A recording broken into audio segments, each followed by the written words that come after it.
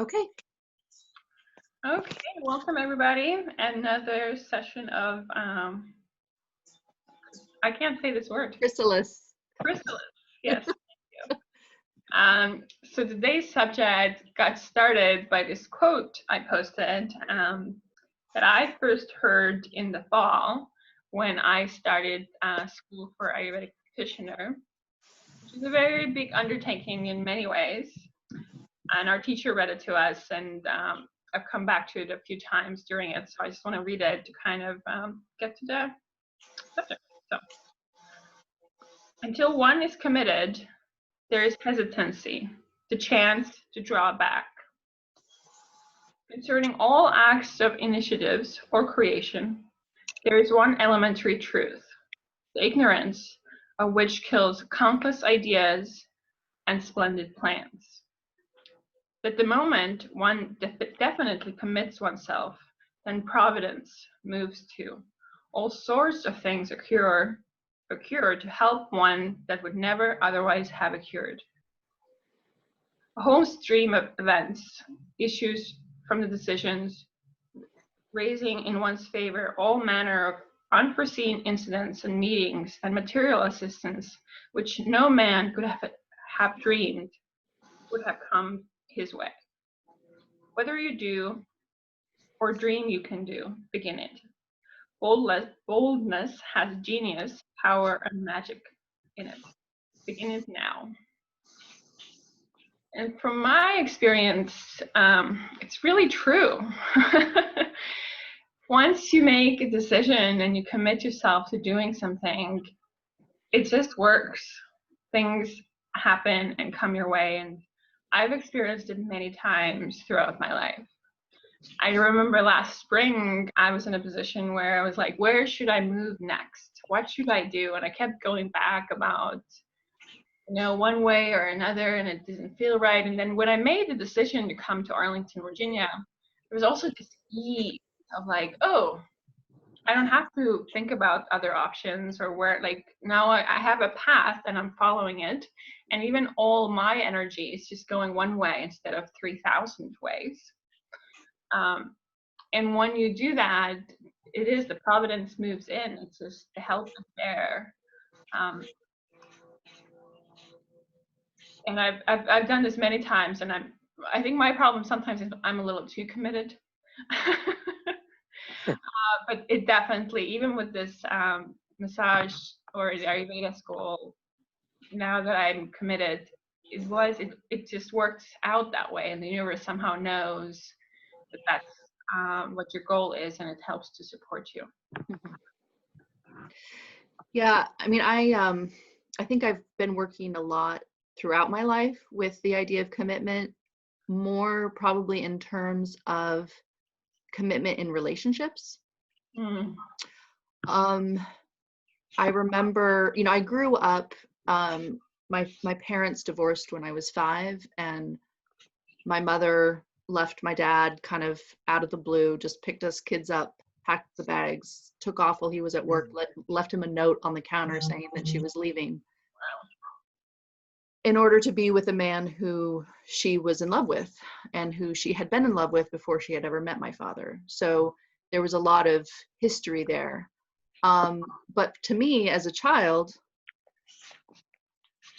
it felt like, there was no commitment, right? There was a broken home. There was a lot of drama, a lot of grief, a lot of sadness and anger. So when I was a teenager, I remember as I was starting to have relationships in a more significant way. I don't know if you guys know the book Love Signs. It's yeah. Yeah. My mom had a copy always. And so I started reading Love Signs. I'm a Cancer, and I would just pick it up and look at the sign of the person I was in relationship with and read about what that dynamic could be like. And for me as a Cancer, there's in the introduction of the book, it talks about each sign and what aspect of love you're there to teach and what aspect of love you're there to learn.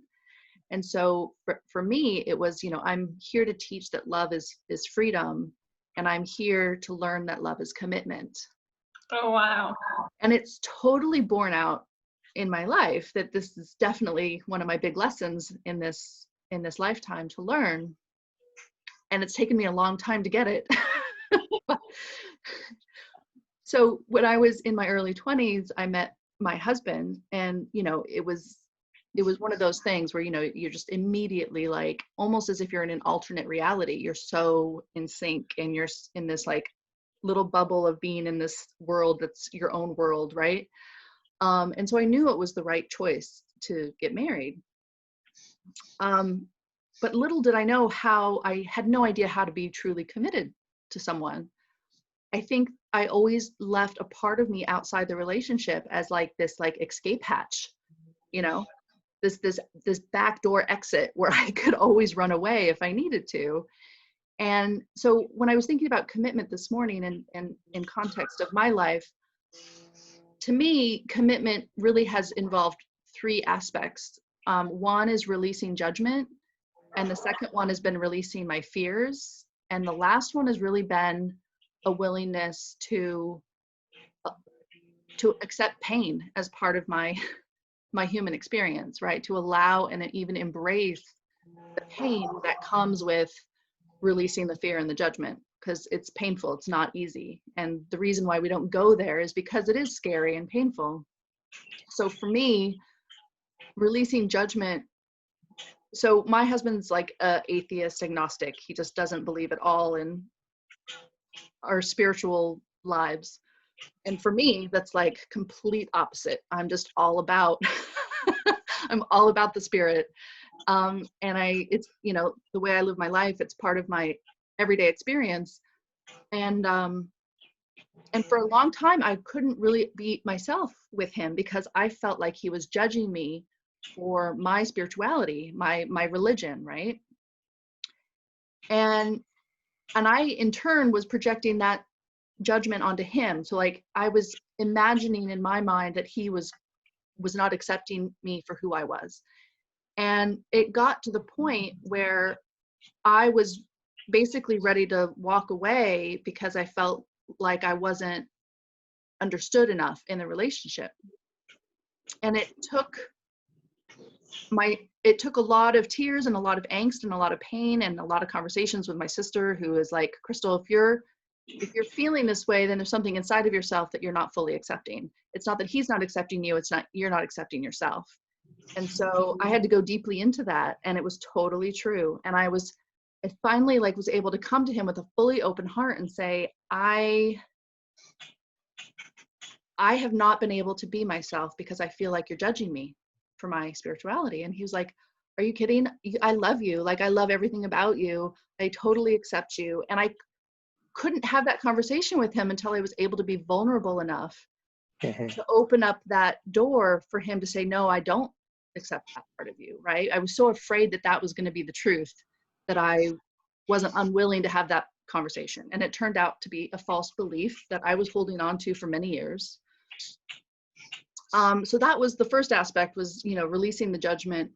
The second was releasing my fears. And I think because of I know because of my history, I was so afraid of creating a broken home for my kids, for my own kids. I didn't want them to go through the pain of divorced parents and feeling, the grief of losing your family, that I was so afraid that I would do that I created the conditions for that to happen. Almost like you committed to it in a way.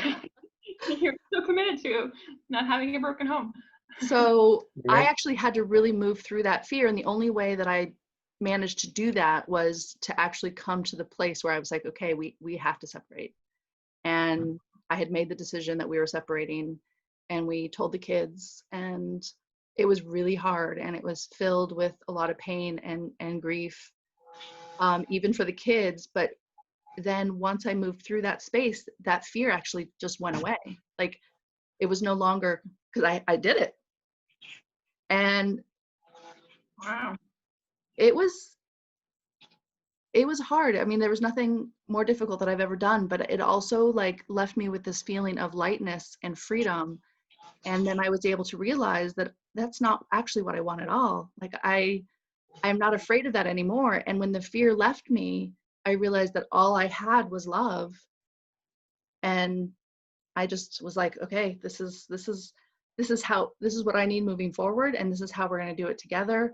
And it was really a beautiful coming together after about 48 hours of a lot of pain. And I'm not saying that you have to go through pain in order to realize your commitment. I'm just saying that this is what I had to do to find my commitment. So the third aspect is really just surrendering. For me, embracing and allowing for the experience of pain in my life allowed me to be more authentically myself. Losing and releasing my false beliefs in myself as being an unworthy person, like I'm not worthy of love. I'm not worthy of being accepted by others. These are very common human fears that we all carry with us. And I think they keep us from staying committed. They keep us from staying in a relationship long term. And I know many people in the United States in particular and around the world have difficulty staying in a relationship. And I think part of that is the fear of being vulnerable, right? Of really, truly, truly being vulnerable to someone else is the commitment. The commitment is, I'm going to be here and I'm going to be authentically myself and I'm going to be open.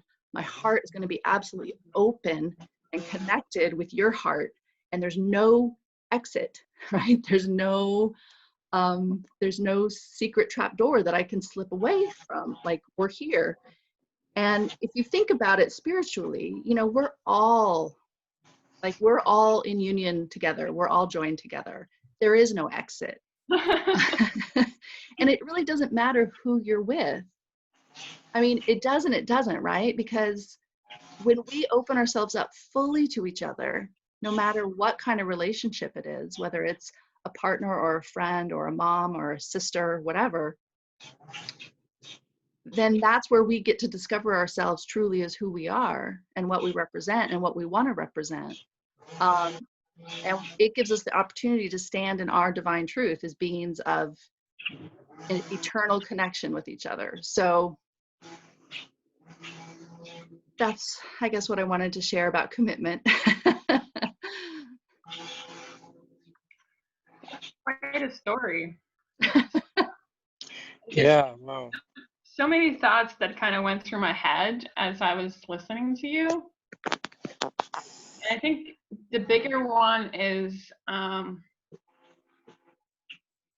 coming from a place where it's been a while since I've been in such deep committed relationship, so I won't talk with that aspect of it, but it's almost like you said, like the commitment to yourself and the vulnerability of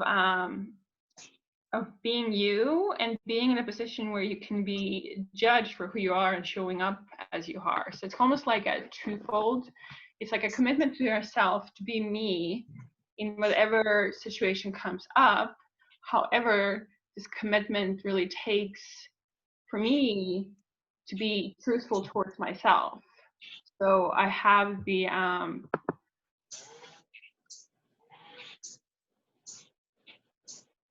really vulnerable towards yourself and true to yourself. You can show it to others. Yeah. And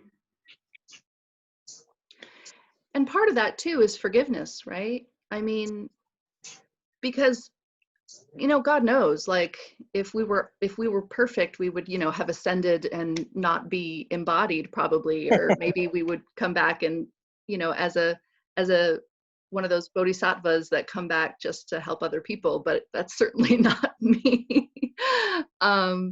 So we all continue to carry fear and judgment, right? And part of that is, being embodied very act of becoming physically embodied in the denser, biological form creates very naturally that instinctive need for survival, which leads to a reaction of needing to protect oneself.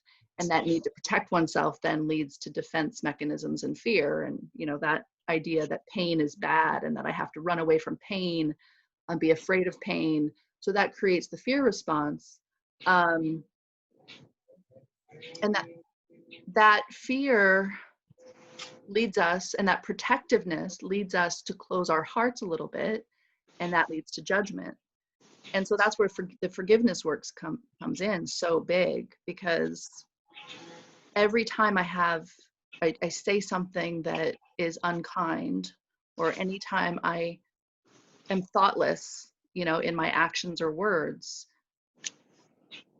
getting back in touch with my own innocence, right? My innocent heart that never has been shadowed by any shame or guilt or fear is truly who I am. And so just loving that part of myself and forgiving.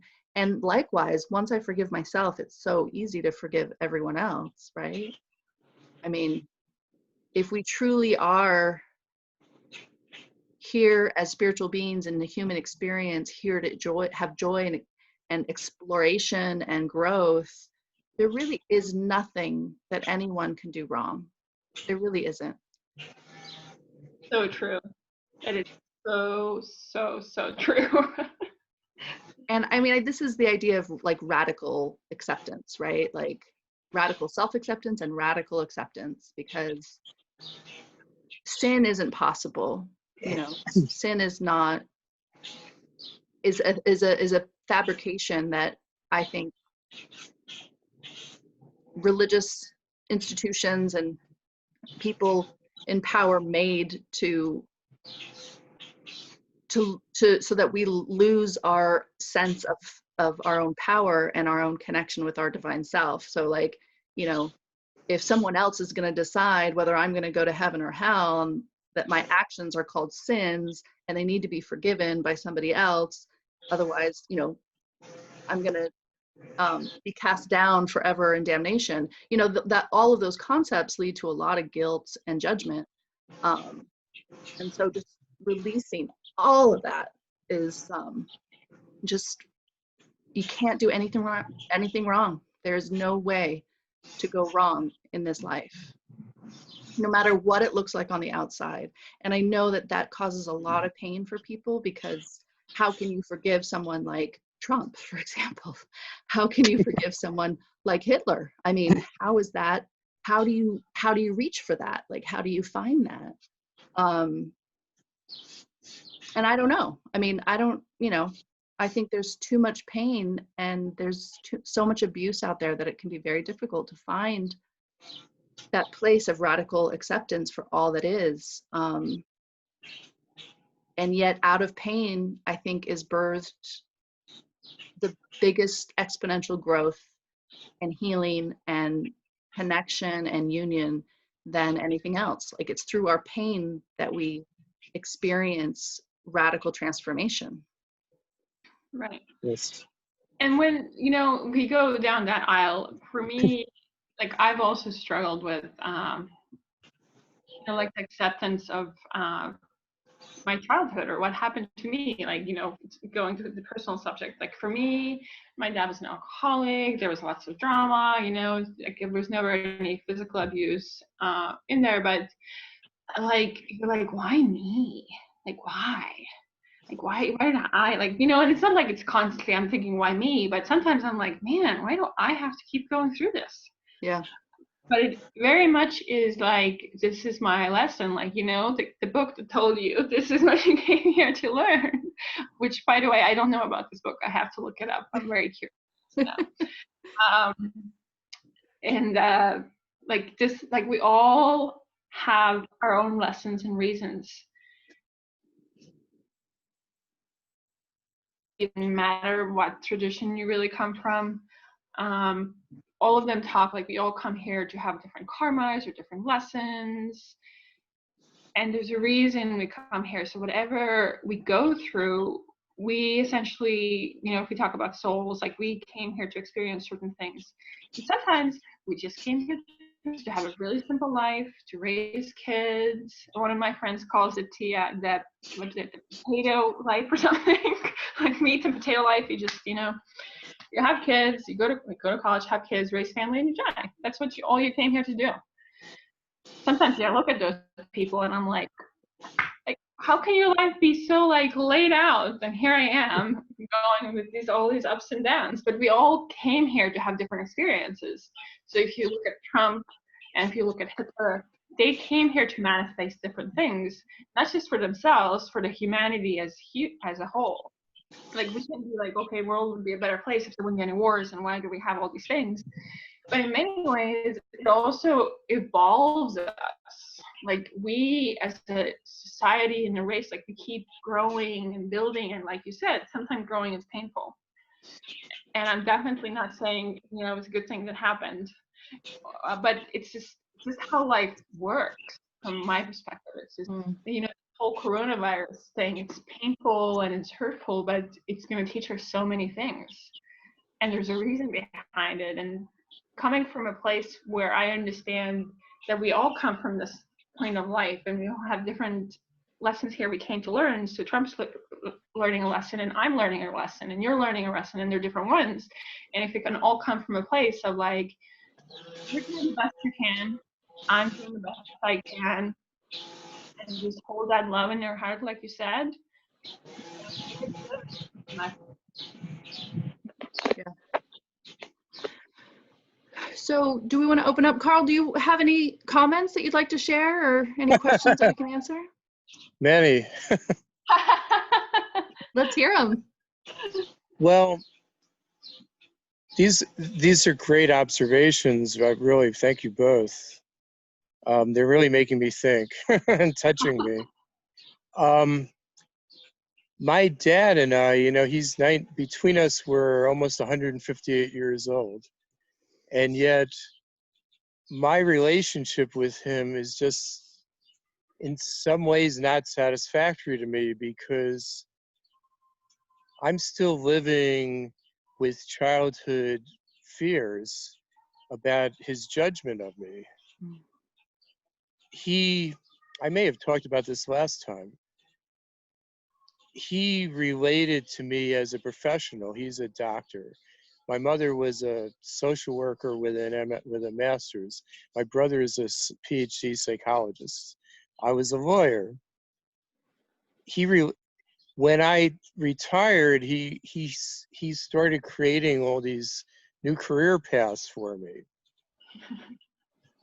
I said, Dad, I was a lawyer. I don't want to be a lawyer anymore. I did it including law school, I did it for 38 years or so. And it ground me down. And I got something out of it, a lot of good things, but I didn't want to do it anymore. But what I'm good at is playing music and entertaining people and making them feel better. So he switched to, what are you getting paid? Every time I would mention that I had played for people, his first question, and still, is, what are they paying you? Are they paying for gas at least? Are they giving you food? Are you getting cookies? I mean, I'm serious. He poses as kind of a joke, but it won't stop. And so I either don't tell him what I've been doing, or I tell him and just move on.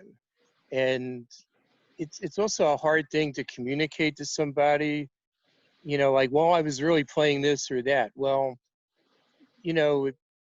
it's hard to communicate that you perform this or that, except with people who do the same thing you do. If I tell my friends, well, I played this and I played a great solo on it, they understand, but he's never done it. So it's just why am I still letting him judge me at 60, almost 65? And I was thinking back to my childhood, because my family was extremely judgmental. So when I was in 5th grade and getting the, whatever A's or what they called it, my grandmother would say, well, that's great, but your cousin so-and-so is at Columbia and he's getting all A's. And that's harder, you know? I mean, so, but it really does stunt the relationship because he thinks I largely sit around, which is completely the opposite of the truth. And I There's think of him as nothing wrong with sitting around either, though. I mean, that's just it, exactly. right? Well, exactly, but he think but just he has this it's just that he has this misimpression, and so he'll say, so you need a job or something. I'm like, it just keeps me, so it makes our time together or Skype calls or phone calls now like a chore to check off a box in a lot of ways instead of a real love interchange, if you will. So I have a couple of thoughts about what you just shared, Sure. Carl, and thank you for sharing it. My stepfather also is a very judgmental person. He doesn't like people, generally speaking. People's worth is based on, you know, like you said, you know, how much power or money they have. And I think that maybe there's a generational shift there in part. I mean, I see where my stepfather has come from and how he was raised by his parents and what kind of life he led growing up as a half Irish, half Italian in the Bronx in New York. You know, it was a really tough life. And then he spent three tours in Vietnam, you know, as an infantryman on the front lines. So I think and I hated him for many years. I hated him. He was the source of all of my grief. He was the source of my family falling apart. He was the source of abuse. He was the source of a lot. And that's where the forgiveness comes in. And it took many years of releasing that and healing that. But then at the end, there's still that judgment. And I totally feel what you're saying. And I think part of that is I was able to finally see him as a human struggling with his own fears and feelings of self-worth, and his own lack of self-worth caused him to put all of this expectation and pressure on me and my brother and sister to be something that he needed us to be, not what we wanted to be. And I mean, that's honestly what drove me.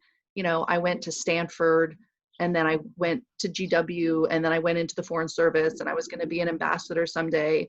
And I was on that path very successfully. So, and I was not happy. And I had to realize, like, I am not happy. I'm going to make myself absolutely sick if I continue down this career. It was not for me. And so I completely just dropped it and went into healing work. And it was the best decision I ever made. But a lot of people thought I was nuts, including my stepfather, you know. So it was releasing my need to fulfill somebody else's expectations. And it was forgiving myself and forgiving him. And really being able to come to him. He still cannot talk to me from his heart. He just can't. He doesn't have that capability. But I can sit there and talk to him and feel the unspoken love that's there from him to me and from me to him. And it feels extremely different. And one of the things I did to get there, and this might be something that's useful for you, is I would meditate and I would connect with my own highest self. Like if I picture myself as like an angelic being, which we all are. Carl, I don't know if you can maybe mute while you're not talking. There's a lot of feedback maybe coming from the fact yeah, that you're outside. I'm sorry, there's a helicopter going over. And I can't see oh, there it is. Okay. I couldn't see the mute button because of the sunlight. No problem. Maybe this isn't the best place to be. Oh, okay. So what I would do in my meditation was I visualized myself as my angelic self, which we all, have as part of our true nature is our angelic self. And then I would picture my stepfather and his angelic self meeting up on another plane of existence, not on the earth. And I imagined what that would look like. How would we greet each other in that space? And it's totally different than meeting them in this physical plane. And it was like a reunion. It was like so much love and so much embrace and so much joy in meeting each other on that plane. And then I was able to bring that experience into my physical being and interact with him a little bit differently. So I don't know if that's helpful, Carl, but I feel what you're going through. There's this saying, oh, Carl's talking, but you're on mute, Carl.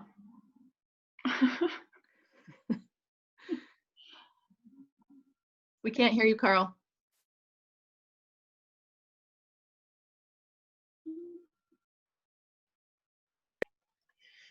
Sorry, well, one thing, I'm moving around to the other side of the house where it might be quieter. Okay. Yes, that was very helpful, Crystal. My dad is a loving father, and I've been somehow trying to reconnect with what it was like when I was a kid, because I think before my brother and I got to the age when we were going off to school, college, or even we both went to a high school that required an admissions test in New York. And so at that point, it was kind of like, well, now you're on the path to big things. It was really a lot of fun to be with him. He would use his off days to take us to movies or ball games. And I keep thinking it was just a free and easy joy, and like, what happened to that? And somewhere along the way, I think we both created expectations for each other that we're never going to meet. And it's good to reflect this way. The idea of us as two angelic beings is a really good thing to meditate on, for sure. Because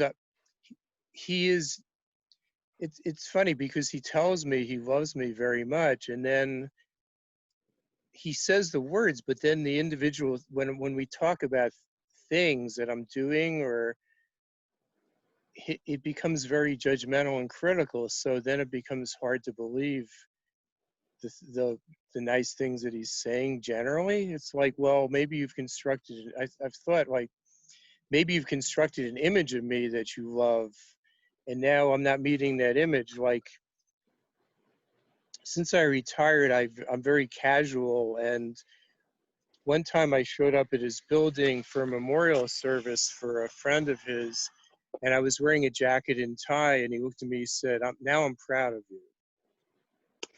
I said, so that's what being proud of me is about, a jacket and a tie? Like, I'm still the same person I was where I was wearing a polo shirt and jeans 2 days ago.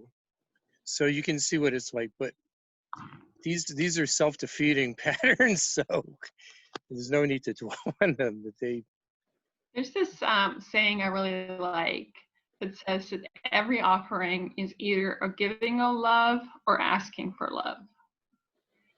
And it's so true. Like, if you reflect back on what Crystal said too, like, it is a generational thing.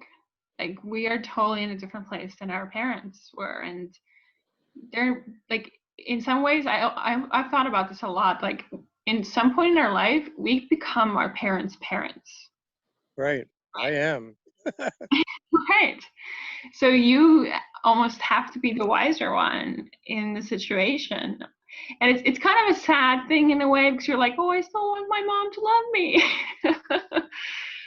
and they do. Like, your dad does love you, regardless of what you're wearing. And what he says is that's him offering you love. Like, him saying, oh, you should be this way because that's what he thinks world needs you to see as, so you'd be successful and happy, and therefore he wants you to be happy. Like that's his like intention. Like, I want my son to be happy because I love him so much. And when I grew up, this is what you needed to look like in order to have money so you could take care of Right. yourself, because they come from a different place where, you know, World War II's, and, you know, it's just a different societal thing. And that's, in their perspective, that's what's important. And that's what he's offering you. So he's offering you love every time he says it. That's right. It's You could be it's a like, yes, lot. Dad, I love you. Yes. Well, as you both have said, it takes getting past my own fear. And if I didn't have fears still that I'm not what the success I thought I should be, then I'm never going to feel like yeah, I mean, I'm projecting stuff onto him That's all we too. do. That's all we can Yeah. do. Every single person out there. Oh, yeah. You gotta laugh about that and be like, oh my God. It's pretty funny. Well, people have Again. people that I associate with, when they see them, friends my age, doctors, like my dentist is a wonderful guy. He's like 75. His wife is his office manager. That's what they love to do, is go to that office and be together and be with patients who become old friends. They apologize to me because they're not retired. And I'm like, well, first of all, I don't want you to retire because you're the best dentist and the nicest dental office person I've ever met. But second of all, I'm not judging you. You don't have, this obviously works for you. I'm doing what Yeah. works for me. You do what works for you. I'm happy for you if that's what works for you. So I can Absolutely. do it with them, and then I need to do the same thing with myself. That's right. You know what they say? They say, like, if you think you're enlightened, go home for Thanksgiving. That's cute, Riina. I hadn't heard that. Well, But yeah. I think it also kind of comes back to this vulnerability part of realizing, as perfect, we are perfect when we are loved, but we're so imperfect in so many ways, and it's totally fine. And we all do, like, you know, you do you and I do me, and it's great. I think where it really, like, this is a whole other subject line, but where it gets tricky is, if I want to do me and you want to do you, how do we function as a society and still Right. have rules? That is a really, like, I haven't quite figured that out, but that's very, like, how can I respect what your decision is and my decision is, but still be okay with your decision is, and, you know, keep health of the world in mind. And I think that's a lot of conversations going on, like, should we wear masks, should we not wear masks, you know, what do I think versus what do you think? Yeah. Well, I understand the frustration that that people have, and how they're being told to conform. And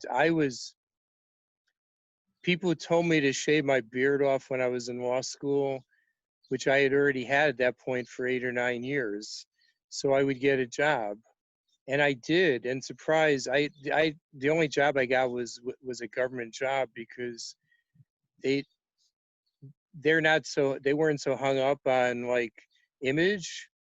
And it was fine that thank God I got the job. But where was I going with this? But oh yeah, so people don't want, there's all kinds of reasons people don't want to be told, you have to do this, and you don't have a choice, and you can't go here, you can't work for a living, basically. I mean, we have made a choice and deprived a lot of people of a living now, for good reasons, I think, but we have. And you can understand why they're so frustrated about it. And we've told some people, you're essential, and then we throw them out on the front lines into jobs where they get sick, and they say essential means, like, I'm cannon fodder, not that I'm essential. So yeah, I can get why they're that hung up and upset about it. Try I to think see both sides. that also comes back to we all came here to have reasons and lessons we wanted to learn. And wherever we end up is where we needed to end up. I think also, and this would be another subject for another conversation, is it comes back to this not taking on your own sense of agency or power and seeing ourselves as victims to an external force. I think the COVID-19 experience is intensifying that for a lot of people, Yes. which really allows us to go more deeply into that idea of that there is no savior outside of me, right? There is nothing and nobody can actually force me to do anything I don't want to do. It's a co-creation that I'm creating with society to be a victim or not be a victim. And I think that's a whole big topic we could talk about. We probably need to have a whole topic line on that, and it's actually quite an interesting one. Yeah. Yeah. So maybe we Well, can. go ahead. Are you both familiar with Eva Cassidy, the singer? That name sounds familiar, but I'm not sure. She was wonderful. She was from the edge of this area, and she is an amazing singer. I'll email you a few of her YouTubes. And she died from a melanoma that spread that she never got checked out. And while she was dying, she recorded all these really poignant versions of songs like Somewhere Over the Rainbow and What a Wonderful World, which tells you a lot about her right then and right there. And I was watching a YouTube of her yesterday, one of my favorite songs, and one of the comments was, I bet Democrats can't like this because they hate everything beautiful. And I thought, my first reaction was to write some really nasty rejoinder. And I just wrote, I'm a Democrat, and my friends and I love everything she did. And I think she would want us to just enjoy the beauty of her work and take a minute out from our troubles and squabbles. Nice. Well said, Carl. Good job. So I'm not this body. I'm not this mind. I'm just here to enjoy it. So I will send you some of her YouTubes, because she's very spiritual and it's very soothing to hear her. Most people who hear her say this is an angel that was sent to us to make us, feel better. Thank you, Carl. Thank you. So I think we're just about out of time. I really enjoyed the conversation. Yes. I guess my last parting thought is this idea that that it is in our biggest commitments to each other and to ourselves where we truly find out who we are, right? And it can be painful, and the pain is the point in our experience. Whenever that happens for you or for me, when I feel that fear, that pain, or that lack of love, or whatever it is, that's the key to our transformation, is that point, right? So Yep. when you're feeling in that conversation with your father that there's a lack of love, that's the heart of exactly where that transformation is going to come from. And it can be hard to sit with it, and it can be hard to go deeper into it, and it can be hard to stay open and vulnerable to it. But I think staying open and vulnerable and keeping your heart center really connected, that's the commitment. That's the commitment to yourself. That's the commitment to our relationships, to your father, to my husband, to my stepfather, to your parents, Riina, whatever that is keeping our hearts open and vulnerable.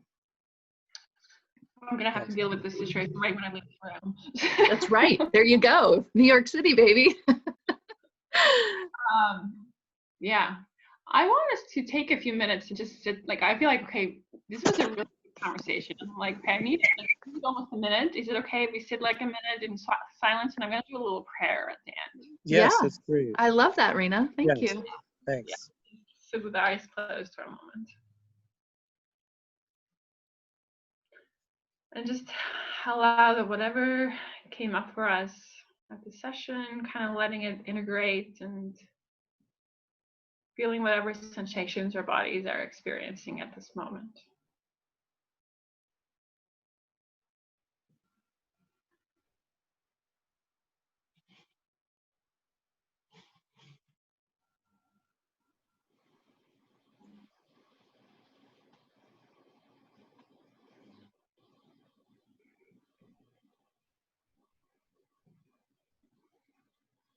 And then let's bring our attention to kind of our heart space, like we were talking about.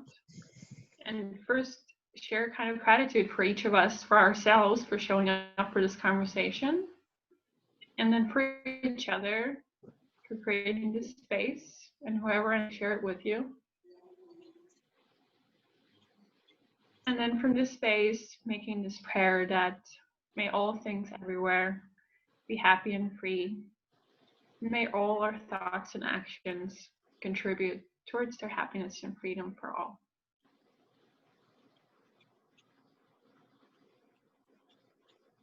Thank you. Thank you. Thank Here it you. is. You both have a wonderful day. You too, Carl. I feel it's a real gift that I met both of you. I go to another meditation group, and the teacher there always says, don't look for a teacher, they will find you. And I feel that way about both of you as friends, and I'm learning so much from both of you, and I appreciate it deeply. Well, we're also learning. Thank you, Carl. Well, you're welcome. I'm glad to share whatever I can. Have a great day. You too.